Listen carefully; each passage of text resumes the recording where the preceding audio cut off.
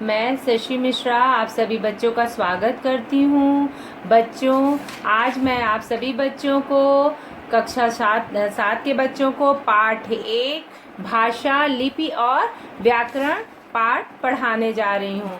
बच्चों, इसके पहले पार्ट में हमने भाषा क्या होती है, भाषा की परिभाषा, भाषा के कितने रूप हैं, मौखिक भाषा, लिखित भाषा, सांकेतिक भाषा और मौखिक भाषा, लिखित भाषा और सांकेतिक भाषा की भाषाओं की परिभाषाएं बताई और भाषाओं के अन्य रूप बताए कि कभी राष्ट्रभाषा, मातृभाषा, इसमें कितने रूप हैं भाषाओं के, राजभाषा, मानक भाषा और बोली।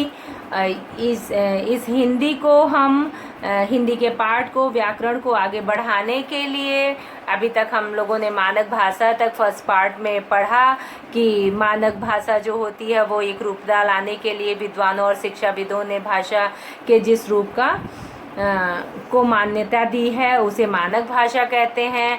और बोली यह भाषा के क्षेत्रीय रूप है, किसी क्षेत्र विशेष में बोली जाने वाली भाषा को बोली कहते हैं। बोली वह होती है बच्चों जो हम एक निश्चित क्षेत्र में रहते हैं, और जैसे आप लोग गांव में रहते हो तो वहाँ लोग ज़्यादातर भोजपुरी बोलते हैं, भोजपुरी भाषा का प्रयोग करते हैं, कहीं ब्रज भाषाएं बोली जाती हैं, कहीं मारवाड़ी, कहीं राजस्थानी। तो ये हम उस स्थान में बोली जाने वाली, क्षेत्र में बोली जाने वाली बोली ही हमारी भाषा बन जाती है, उसी को हम बोली कहते हैं। आगे हम बच्चों देखेंगे साहित्य क्या होता है। साहित्य के विषय में बताया जा रहा है कि प्रत्येक भाषा में विद्वानों के द्वारा जो ज्ञान लिपिबद्ध करके सुरक्षित कर लिया जाता है, यानी लिख कर ज्ञान अर्जित किया जाता है, सुरक्षित ढंग से उसको रख लिया जाता है, उसे साहित्य कहते हैं।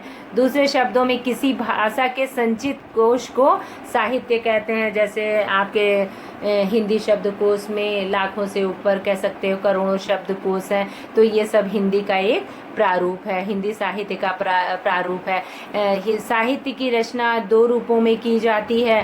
पहला गद्य साहित्य। गद्य साहित्य वो होता है जिसमें आपकी कहानी होती है, कथाएं होती हैं, नाटक रूपांतरण होता है, तो वो आपकी गद्य शैली में लिखा जाता है। और पद्य में आपकी कविता हो जाते हैं, संगीत हो जाते हैं, गीत हो जाते हैं, और उसको गा के आप विशेष तौर से एक लय में प्रस्तुत करते हैं, वो आपकी पद्य शैली होती है। उसके बाद लिपि के विषय में बताया जा रहा है कि प्रत्येक भाषा के लिखने का अलग अलग ढंग होता है। जैसे आपका हिंदी का लिपि देवनागरिक है, इसी तरह प्रत्येक भाषा की कुछ निश्चित ध्वनि चिन्ह होते हैं। इन्हीं ध्वनि चिन्हों को उस भाषा की लिपि मान ली जाती है। अतः हम लिपि को निम्नलिखित रूप से परिभाषित कर सकते हैं। लिपि की परिभाषा हम यहाँ पे जानेंगे कि लिखने के ढंग को लिपि कहते हैं, यानी जो हम लिखते हैं उसका जो तरीका है वो लिपि है। हिंदी भाषा की क्या लिपि है बच्चों? देवनागरी लिपि। उसके उपरांत बच्चों प्रमुख भाषाएं एवं उनकी लिपियां हम देखेंगे। यहाँ पे आप देख रहे होंगे ये भाषा है और ये लिपि है। हिंदी भाषा की लिपि है देवनागरी, गुजराती भाषा की लिपि है देवनागरी, अंग्रेजी भाषा की लिपि है रोमन, पंजाबी की गुरुमुखी है, बंगाली की बंगला है, और संस्कृत की देवनागरी है, नेपाली भाषा की देवनागरी है, जर्मन की रोमन है, उर्दू की फारसी है, मराठी की देवनागरी है। बच्चों, यहाँ पे आप ध्यान से देखिए कि ज़्यादातर जो हमारी हिंदी है, गुजराती है, संस्कृत है, नेपाली है और मराठी, इन 5 भाषाओं की लिपियाँ एक ही हैं, यानी देवनागरी ही लिपि है। और अंग्रेजी की रोमन आप अपने दिमाग में रखिए और इसको बार बार जानने की कोशिश करिए। वीडियो को आप देखिए और इन चीज़ों को लिख के आप अपने दिमाग में भी रखिए और लिखिए भी। पंजाबी की गुरुमुखी है, बंगाली की बंगला है, और जर्मन की रोमन है, और उर्दू की फारसी है। बच्चों, अभी हमने साहित्य जाना, लिपि जाना, लिपियाँ और भाषाएं जानी। और कह सकते हैं कि किस लिपि की क्या किस भाषा की क्या लिपि होती है। उसके बाद हम व्याकरण जानेंगे कि व्याकरण क्या होता है। व्याकरण को आप हिंदी में तो व्याकरण कहते हैं, लेकिन इंग्लिश में ग्रामर बोलते हैं। भाषा के नियमों का ज्ञान हमें व्याकरण के माध्यम से होता है, यानी हमें भाषा का ज्ञान कराने वाला व्याकरण ही होता है। व्याकरण के द्वारा हम भाषा को शुद्ध रूप से बोलते हैं, लिखते हैं व पढ़ते हैं। अतः हम व्याकरण को इसकी परिभाषा हम निम्नलिखित प्रकार से देख सकते हैं। व्याकरण की परिभाषा है कि व्याकरण वह शास्त्र है, या कह सकते हो व्याकरण वह ज्ञान है जो किसी भाषा को शुद्ध रूप से पढ़ना, लिखना और बोलना सिखाता है। यानी व्याकरण ही वह शास्त्र है जो हमें हिंदी को शुद्ध रूप से लिखना, बोलना और पढ़ना सिखाता है। व्याकरण के विभाग बताए गए हैं कि व्याकरण के निम्नलिखित 3 विभाग हैं। पहला वर्ण विचार। वर्ण तो आप सभी जानते हो, जब हम सबसे पहले हिंदी पढ़ना शुरू करते हैं, लिखना शुरू करते हैं, तो सबसे पहले हम वर्ण की ही जानकारी प्राप्त करते हैं। वर्ण अर्थात अक्षर जो आ से आहा तक होता है, इनकी संख्या 11 होती है। उसके बाद आपके वर्णमाला होती है। वर्णमाला में का से ज्ञा तक होता है। फिर इसको प्रमुख भागों में विभाजित किया जाता है। का वर्ग, खा वर्ग, गा वर्ग, घा वर्ग, और कह सकते हो कि अंतस्थ, ऊष्म व्यंजन, ये सारे वर्ण के ही एक प्रकार है। तो यहाँ पे बताया जा रहा है कि इस विभाग के अंतर्गत वर्ण, वर्णमाला, वर्ण के भेद एवं उनके उच्चारण आदि का अध्ययन किया जाता है। उसके बाद वर्ण के बाद तो बच्चों आप जानते हो 2 या 2 से अधिक वर्णों के मेल से आपके शब्द बन जाते हैं। सार्थक शब्द बनने चाहिए शब्द में।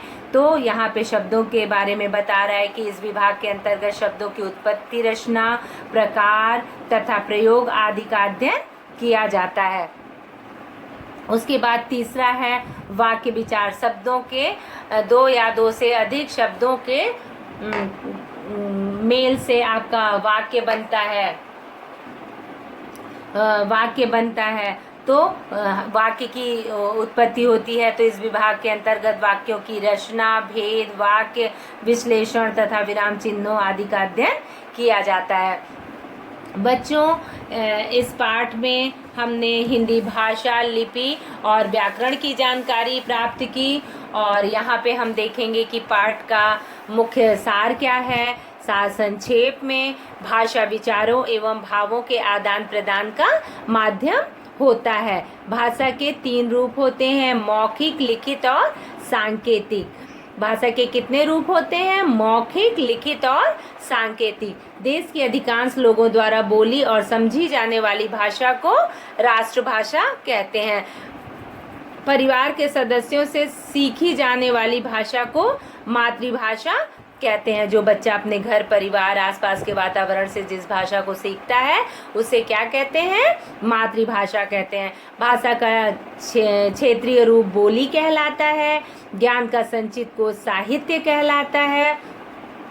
और उसके बाद भाषा लिखने के ढंग को क्या कहते हैं? लिपि कहते हैं। भाषा के शुद्ध रूप का ज्ञान कराने वाले शास्त्र को व्याकरण कहते हैं, यानी जो व्याकरण को शुद्ध बनाता है, शुद्धता का ज्ञान बताता है, वह क्या होता है? व्याकरण होता है। व्याकरण के 3 विभाग होते हैं। मैंने इसके पहले आप लोगों को बताया। पहला वर्ण विचार, दूसरा शब्द विचार और तीसरा वाक्य विचार। वर्ण विचार, शब्द विचार और वाक्य विचार, इसके बारे में हम विस्तार से अगले पाठ में जानने की कोशिश करेंगे। आगे बच्चों हम लोग देख लेंगे। जो मैंने चैप्टर पढ़ाया है उसमें से तुम लोग अपनी घर की कॉपी में ये करने की ज़रूर कोशिश करना। भाषा कुछ क्वेश्चंस हैं, उसका आंसर लिखने का प्रयास करना, और मुझे कमेंट्स देके ये भी बताना कि आप लोगों को पाठ समझ में आया कि नहीं आया, कैसा लगा। अगर आपको पाठ अच्छा लगता है तो आप लोग इसे सब्सक्राइब ज़रूर करें बच्चों। उसके बाद हम यहाँ पे देखते हैं, पहला है भाषा किसे कहते हैं। ये आपको पता ही है बच्चों की विचारों का आदान प्रदान ही भाषा है। और दूसरा है हिंदी भाषा के रूप कौन कौन से हैं। इनके हिंदी भाषा के रूप कौन कौन से हैं? मौखिक, लिखित और सांकेतिक। लिपि किसे कहते हैं? भाषा लिखने के ढंग को लिपि कहते हैं। व्याकरण किसे कहते हैं बच्चों? भाषा के शुद्ध रूप का ज्ञान कराने वाले शास्त्र को व्याकरण कहते हैं। व्याकरण के विभाग कौन कौन से हैं बच्चों?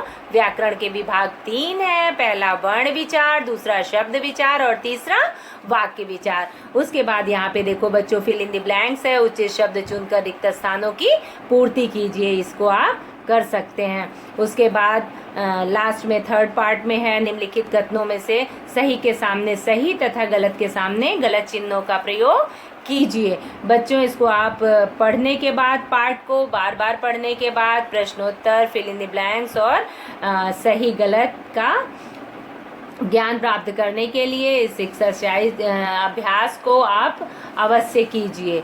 फिर यहाँ पे हम चौथे नंबर पे देखेंगे निम्नलिखित भाषाओं की लिपियों के नाम। हिंदी भाषा की क्या लिपि है, ये मैंने आपको पाठ के अंतर्गत बताया। जर्मन की क्या है, उर्दू की फारसी है, अंग्रेजी की रोमन है, बंगाली की बंगला है, मराठी की आप जो हम लोगों की है, हिंदी की क्या है, देवनागरी है। इसी तरह आपकी मराठी की भी देवनागरी ही लिपि मानी गई है। बच्चों यहाँ पे 5वां एक्सरसाइज आपका है, इसमें लिखित भाषा तथा मौखिक भाषा के दो उदाहरण देने हैं। तो यहाँ पे आप बुक में भी मिलकर, अभी आप लोगों के पास पुस्तक नहीं है बच्चों, तो आप इससे बार बार कॉपी में करने की कोशिश करेंगे। बच्चों आपको पाठ कैसा लगा मुझे कमेंट्स करके अवश्य बताइए। थैंक यू बच्चों।